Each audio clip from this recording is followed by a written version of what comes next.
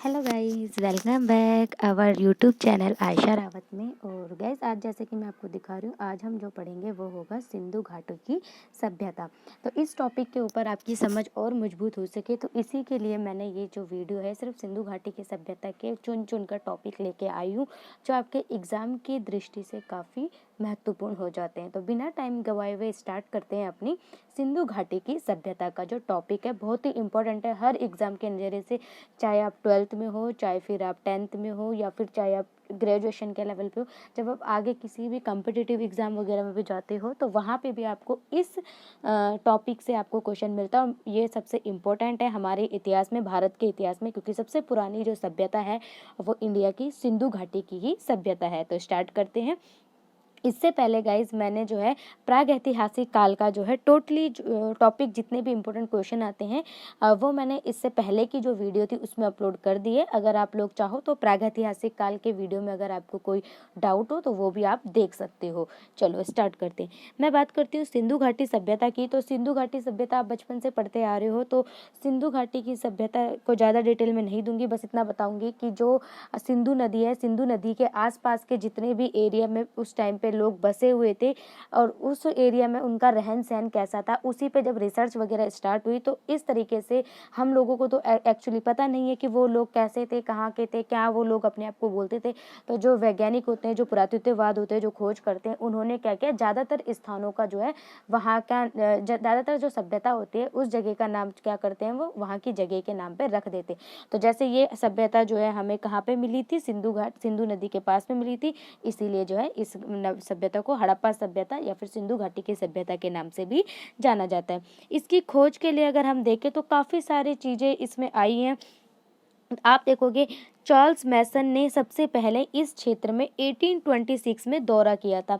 Charles मैसन जो थे एक आप बोल सकते हो कि एक खोजकर्ता के टाइप में थे और सबसे पहले वो इस क्षेत्र में आए थे। लेकिन ये जो आए थे सर्वेक्षण वगैरह करने के लिए, लेकिन इनको इस सभ्यता के बारे में कुछ खास जानकारी इस तरीके से हम बोल सकते हैं कि पता नहीं, मतलब जो चीज़ें मिली थी उन्होंने ये डिसाइड नहीं किया कि ये कोई बहुत बड़ी सभ्यता वगैरह भी हो सकती है। तो चार्ल्स मैसन आए थे 1826 में, इस एरिया का इन्होंने दौरा किया था। हालांकि इनको चीज़ें प्राप्त हुई थी, लेकिन इन्होंने जो है ये डिक्लेयर नहीं किया कि यहाँ पे कोई सभ्यता थी, मतलब इन्होंने ये बताया नहीं कि यहाँ पे कोई सभ्यता थी। ठीक है, चलो इस तरीके से आगे आते हैं। इस तरीके से आगे आते दूसरे आते हैं बर्टन बंधु। ये काफ़ी फेमस है, ये नाम आपको याद रखना है। 1856 में बर्टन बंधु करके दो भाई थे, जेम्स बर्टन और विलियम बर्टन। ये दोनों भाई जो है 1856 में रेलवे ट्रैक बिछाने का काम कर रहे थे। कहाँ पे? इसी जगह पे, सिंधु घाटी की सभ्यता का जहाँ पे हमें अवशेष मिले हैं। तो इसी एरिया में ये रेलवे ट्रैक बिछाने का काम कर रहे थे। यहाँ पे इनको टीले मिले थे, बहुत सारी ईंटें मिली थी यहाँ पे। तो इन्होंने क्या किया, उन ईंटों को निकाल के रेलवे ट्रैक में इस्तेमाल कर दिया। हाँ, इनको जो है ये तो पता था कि यहाँ पे कोई भवन का अवशेष था, कोई पुरानी बिल्डिंग का अवशेष था, लेकिन इन्होंने भी जो है इस बारे में कोई डिक्लेयर नहीं किया कि यहाँ पे कोई बहुत बड़ी पुरानी सभ्यता रहा करती थी। अब आप देख सकते हो दो नाम हमारे सामने आए। एक आए चार्ल्स मैसन। चार्ल्स मैसन ने क्या कहा कि 1826 में इन्होंने इस क्षेत्र का दौरा किया था। इनको जो है थोड़ी बहुत जानकारी यहाँ से प्राप्त हुई थी, सामान वगैरह प्राप्त हुआ था, लेकिन इन्होंने ये नहीं बताया कि यहाँ पे कोई सभ्यता थी। तो चार्ल्स मैसन के बारे में ये क्लियर हुआ। दूसरे बर्टन बंधु 1856 में आए थे और दोनों भाई थे ये बर्टन बंधु, जेम्स बर्टन और विलियम बर्टन। दोनों को जो है रेलवे ट्रैक का ठेका मिला हुआ था बिछाने का। तो इन्होंने जो है यहाँ पे देखा, जब ये खनन का कार्य कर रहे थे तो उस टाइम पे इन्होंने देखा कि इनको जो है काफ़ी सारी ईंटें प्राप्त हो रही है, शायद हो सकता है यहाँ पे कोई पुराने अवशेष रहेंगे भवन के। तो इस तरीके से इन्होंने कराची से लाहौर तक के बीच में ये रेलवे ट्रैक बिछाया था। और इन दोनों भाइयों का जो नाम था यहाँ पे मैंने लिखा हुआ है, जेम्स बर्टन और विलियम बर्टन। लेकिन इन्होंने भी इस चीज़ की पुष्टि नहीं की थी कि यहाँ पे कोई, इनको जानकारी नहीं थी कि यहाँ पे कोई सभ्यता पहले थी। उसके बाद आगे चलते हैं। तो ये काफ़ी आप देख सकते हो अलेक्जेंडर कनिंघम, इनको जो है भारत के पुरातत्व विभाग का जनक भी कहा जाता है इनको, अलेक्जेंडर कनिंघम को। और ये इस क्षेत्र में 1853 से 56 के बीच में इस क्षेत्र का इन्होंने दौरा किया था। इन्होंने यहाँ पे पहली बार जो शोध के तौर पे काम किया था, सर्वेक्षण आप बोल सकते हो, रिसर्च के तौर पे जिन्होंने सबसे पहले इस एरिया में काम किया था वो था अलेक्जेंडर कनिंघम। मैंने आपको बताया कि पहले भी काफ़ी सारे ऐसे थे जो आए, जो मैंने 2-3 आपको नाम बताए, लेकिन उसके बाद भी जो है उन्होंने शोध वगैरह नहीं किया था। और अलेक्जेंडर कनिंघम पहले आप पुरातत्व विभाग के बोल सकते हो कि पुरातत्वविद थे जिन्होंने क्या किया कि यहाँ पे शोध किया था, लेकिन ये भी किसी तरीके से पूरी जानकारी देने में असफल रहे, इसलिए ये भी जो है हड़प्पा सभ्यता के बारे में जानकारी नहीं दे पाए। तो 3 नाम हमने यहाँ पे देख लिया, एक बार रिवाइंड कर लेते हैं कौन कौन से खोज के संबंध में। चार्ल्स मैसन, ठीक है, ये रहा, बर्टन बंधु और अलेक्जेंडर कनिंघम, ये तीनों जो नाम हैं ये भी इस शोध से रिलेटेड थे, हालांकि इन्होंने ये डिक्लेयर नहीं किया कि यहाँ पे कोई सभ्यता थी। उसके बाद जो आते हैं वो है कौन, सर जॉन मार्शल। तो सर जॉन मार्शल के ही नेतृत्व में सबसे पहले हड़प्पा और मोहनजोदाड़ो जो जगह है वहाँ पे खनन का कार्य हुआ था।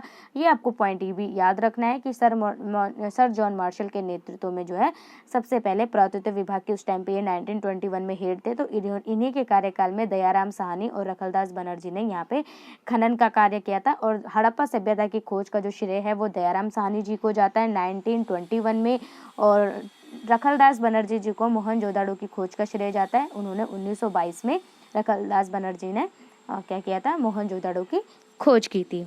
ओके गाइस, उसके बाद चलते हैं थोड़ा सा आगे। काल के बारे में भी इसके अलग अलग मत हैं, जैसे मैंने खोज के बारे में आपको क्लियर कर दिया कि सर जॉन मार्शल के नेतृत्व में दयाराम साहनी जी को जो है हड़प्पा सभ्यता की खोज करते हैं और रखलदास बनर्जी मोहनजोदाड़ो की खोज करते हैं। 1921 में जो है हड़प्पा सभ्यता की खोज होती है, मतलब हड़प्पा स्थल की खोज होती है सॉरी, और 1922 में जो है मोहनजोदाड़ो जगह की खोज होती है। उसके बाद काल के बारे में बात करूँ तो जो है सर जॉन मार्शल के अनुसार, अगर जिन्होंने अभी नेतृत्व किया था उनके अनुसार 3250 से लेकर के 1750 ईस्वी पूर्व तक का टाइम जो है सर जॉन मार्शल ने बताया है। ठीक है, तो सर जॉन मार्शल के अनुसार 3250 ईस्वी से लेकर के 2750 बीसी तक का टाइम जो है इन्होंने बताया। उसके बाद डीपी अग्रवाल, ये भी काफ़ी फेमस है। तो डीपी अग्रवाल ने जो है कार्बन 14 पद्धति का अनुसार जो होता है, जब हम किसी भी जीवाश्म के बारे में जानना चाहते हैं कितना पुराना है तो हम कार्बन 14 पद्धति का प्रयोग करते हैं। और जब डीपी अग्रवाल ने कार्बन 14 पद्धति की थी अनुसार जो है उन्होंने जो डेट निकाली थी वो थी 2300 से 1750 ईस्वी पूर्व तक माना गया है। तो इस तरीके से ये दो मत हमें याद रखने, दोनों का अलग अलग मत था, लेकिन अगर हम वैसे नॉर्मली मान के चले तो लगभग हम बोल सकते हैं 2500 से लेकर के 1700 बीसी तक ईस्वी पूर्व तक इसका हड़प्पा सभ्यता का काल माना जाता है। आई होप आपको काल के टाइम पे समय के हिसाब से भी आपको जो डाउट था वो क्लियर हो गया होगा। अगर मैं नाम की बात करूं तो सिंधु सभ्यता का जो नाम था सिंधु सभ्यता, सिंधु सरस्वती सभ्यता, हड़प्पा सभ्यता आदि, इन नामों से हड़प्पा सभ्यता को जाना जाता है। ओके गाइस, ओह एक मिनट। उसके बाद आगे चलते हैं तो हड़प्पा सभ्यता के उद्भव के बारे में बात करते हैं। ठीक है, हड़प्पा सभ्यता के उद्भव के बारे में बात करते हैं। विदेशी मत के अनुसार देखें कि विदेशी मत जो था, इस सभ्यता का निर्माण जो है, विदेशी जो मत थे उन्होंने बोला कि इस सभ्यता का जो लोग आए थे वो सुमेरियन सभ्यता थी। सुमेरियन सभ्यता आपको याद होगी, आप जब आपने मेसोपोटामिया की सभ्यता पढ़ी थी तो वहीं आप देखोगे कि सुमेरियन सभ्यता भी आपको देखने को मिलती है। तो इसी प्रकार से जो विदेशी मत हैं वो कहते हैं कि यहाँ पे जो थे सुमेरियन सभ्यता के लोग सर्वप्रथम मतलब वहीं की प्रजाति के लोग आए थे और यहाँ पे जाके बस गए। ठीक है, और इसमें जो मैं बताऊं कि एक दो नाम कौन कौन से हैं विदेशी मत में, तो sir John Marshall, wheeler, child, DD, ये सारे जो थे इन्होंने क्या किया था, इस मत के अनुसार इन्होंने जो है इस सभ्यता का बोल सकते हैं हम कि बोला कि भाई ये जो थे सुमेरियन सभ्यता के अनुसार था। ठीक है, ओके गाइज, तो विदेशी मत हमने देखा। अब देखते हैं स्थानीय मत। स्थानीय मत में जो है रखलदास बनर्जी जो है वो कहते हैं कि ये जो हड़प्पा सभ्यता है, जो लोग थे वो द्रविड़ सभ्यता के थे, मतलब द्रविड़ समुदाय के थे।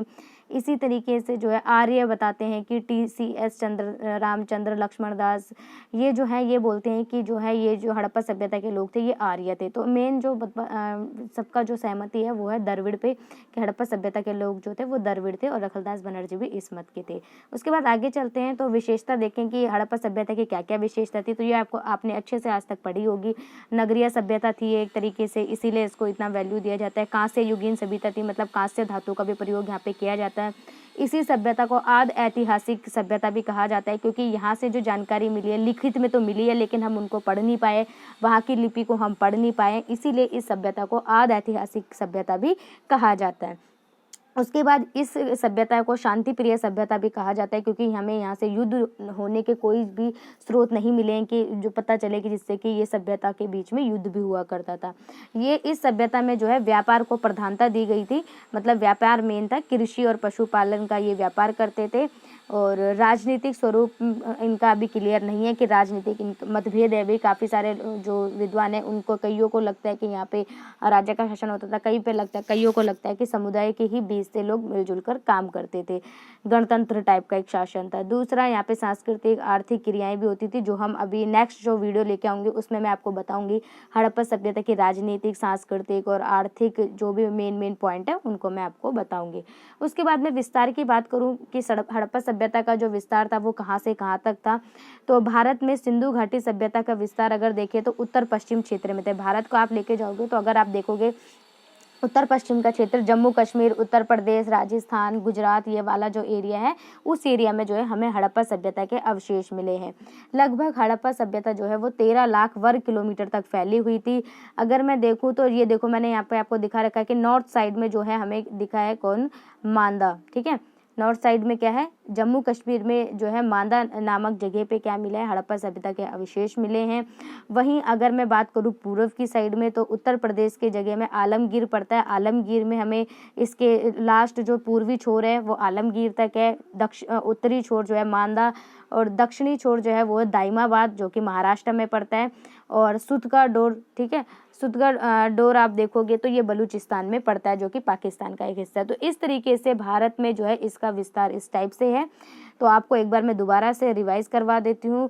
उत्तर में मांदा कहाँ पड़ता है, जम्मू कश्मीर में। और नदी भी कई बार पूछती जाती है कि जम्मू कश्मीर में मांदा किस नदी के किनारे, तो चिनाब नदी के किनारे ये मांदा शहर बसा हुआ था।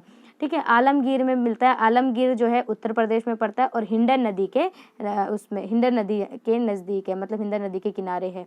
और दाइमाबाद जो है वो महाराष्ट्र में पड़ता है, गोदावरी नदी के किनारे है। और सुतका डोर जो है वो बलूचिस्तान में पड़ता है और दास्क नदी के किनारे। तो इस तरीके से चारों तरफ की मैंने नदियाँ भी आपको बता दी है, साथ ही साथ पूर्व पश्चिम, उत्तर दक्षिण, नॉर्थ साउथ, ईस्ट वेस्ट के चारों दिशाओं में जो शहर थे, जिस क्षेत्र के विस्तार था ये, वो मैंने आपको बता दिया है। ठीक है, तो आप ये लर्न कर लेना, एक दो बार आप लर्न करोगे आपको अच्छे से लर्न हो जाएगा। देश की बात करूँ कि हड़प्पा सभ्यता के अवशेष किन किन देशों से मिले, तो मात्र 3 ही देश आपको याद रखने, अफगानिस्तान, पाकिस्तान और भारत। सिर्फ इन 3 देशों से ही इन हड़प्पा सभ्यता के स्थल मिलते हैं। और अगर मैं बात करूँ कि सबसे ज़्यादा अवशेष जो है कहाँ मिले, तो वो भारत में मिले हैं। अफगानिस्तान से सिर्फ 2 ही अवशेष मिले हैं, जिनको आप याद रख सकते हो। अफगानिस्तान से शोरतघई और मुंडीकाक, सिर्फ 2 ही स्थान हमें मिले हैं जहाँ से हमें हड़प्पा सभ्यता की जानकारी मिली है, स्रोत मिले हैं।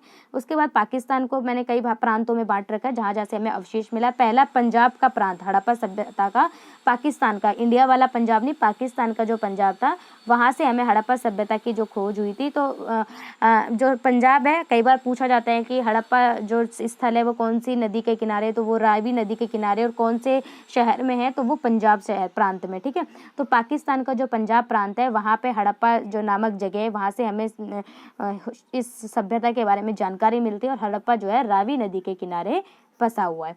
उसके बाद सिंध प्रांत, पाकिस्तान का जो दूसरा प्रांत है, एक और राज्य बोल सकते हैं हम, सिंध प्रांत। और मोहनजोदाड़ो, चन्हुदुड़ो और कोटदीजी, 3 शहर जो है सिंध प्रांत के, वहाँ से हमें हड़प्पा सभ्यता की जानकारी मिलती है।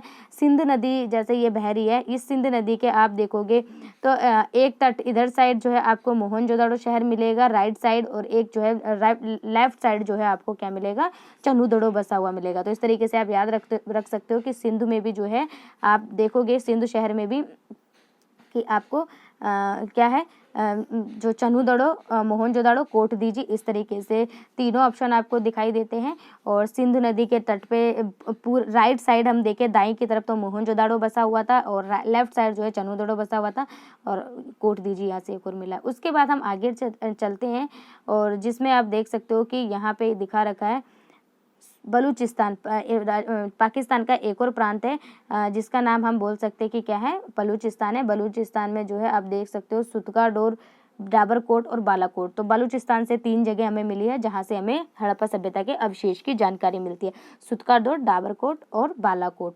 उसके बाद भारत की बात करें तो भारत से जम्मू कश्मीर, जो मैंने अभी आपको बताया मांदा, ठीक है, उसके पंजाब में रोपड़ और संगोल, हरियाणा में बनावली, राखीगढ़ी और भगवानपुर।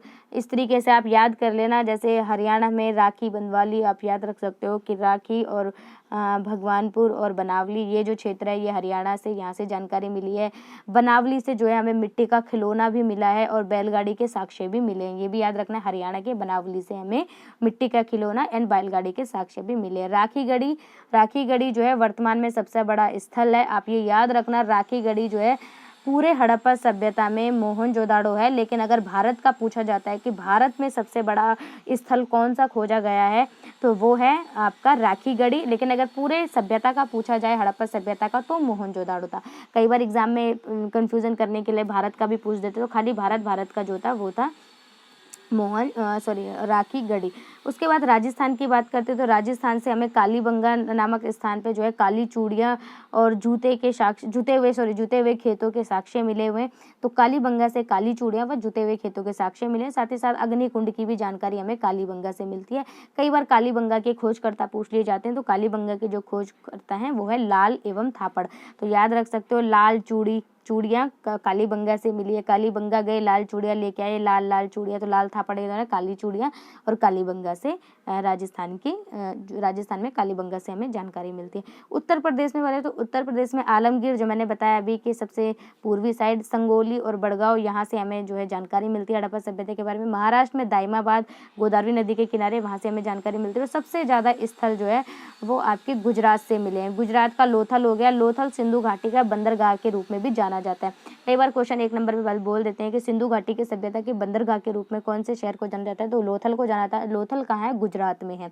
चावल के प्रमाण भी जो है हमें सबसे पहले लोथल में मिले। व्यापार के प्रमाण भी हमें सबसे पहले लोथल में मिले, ठीक है। तो अग्निकुंड के साक्ष्य हमें लोथल से मिले। तो लोथल से हमें 3-4 चीज़ें की जानकारी मिलती है। सबसे पहले तो लोथल बंदरगाह था, कहाँ का? हड़प्पा सभ्यता का। चावल के अवशेष हमें यहीं से मिले थे। व्यापार के साक्ष्य हमें लोथल से मिले। अग्निकुंड के साक्ष्य हमें लोथल से मिले। धौलावीरा के बारे में बात करें तो धौलावीरा के बारे में जो है 3 खंडों में विभाजित है। ज़्यादातर आप देखोगे तो पूरा हड़प्पा सभ्यता 2 भागों में डिवाइड था। जैसे अब शहर जो थे उनके 2 भागों में थे, एक को दुर्ग और एक को निचला शहर, ऐसे 2 भागों में डिवाइड थे। लेकिन एक धौलावीरा अकेला एक ऐसी जगह है जहाँ पे जो शहर था वो 3 खंडों में विभाजित था, और यहाँ पे व्यवस्थित नालियाँ मिली है। यहाँ से लकड़ी की नालियाँ भी प्राप्त हुई है। कहाँ से? धौलावीरा से। कहाँ पे? ये गुजरात में। उसके बाद आ जाता है सुतकोटदा। तो सुतकोटदा से जो है घोड़े की अस्थि के अवशेष मिले, ये भी गुजरात में है। रंगपुर से चावल के अवशेष मिले, ये भी गुजरात में। भगवत राय से रोशनी मिले, ये भी जो है गुजरात में है। और गुजरात में सबसे ज़्यादा स्थल पाए गए। तो 2-4 बार आप जब मेरी वीडियो को रिपीट करके देखोगे तो आपको ये याद हो जाएंगे।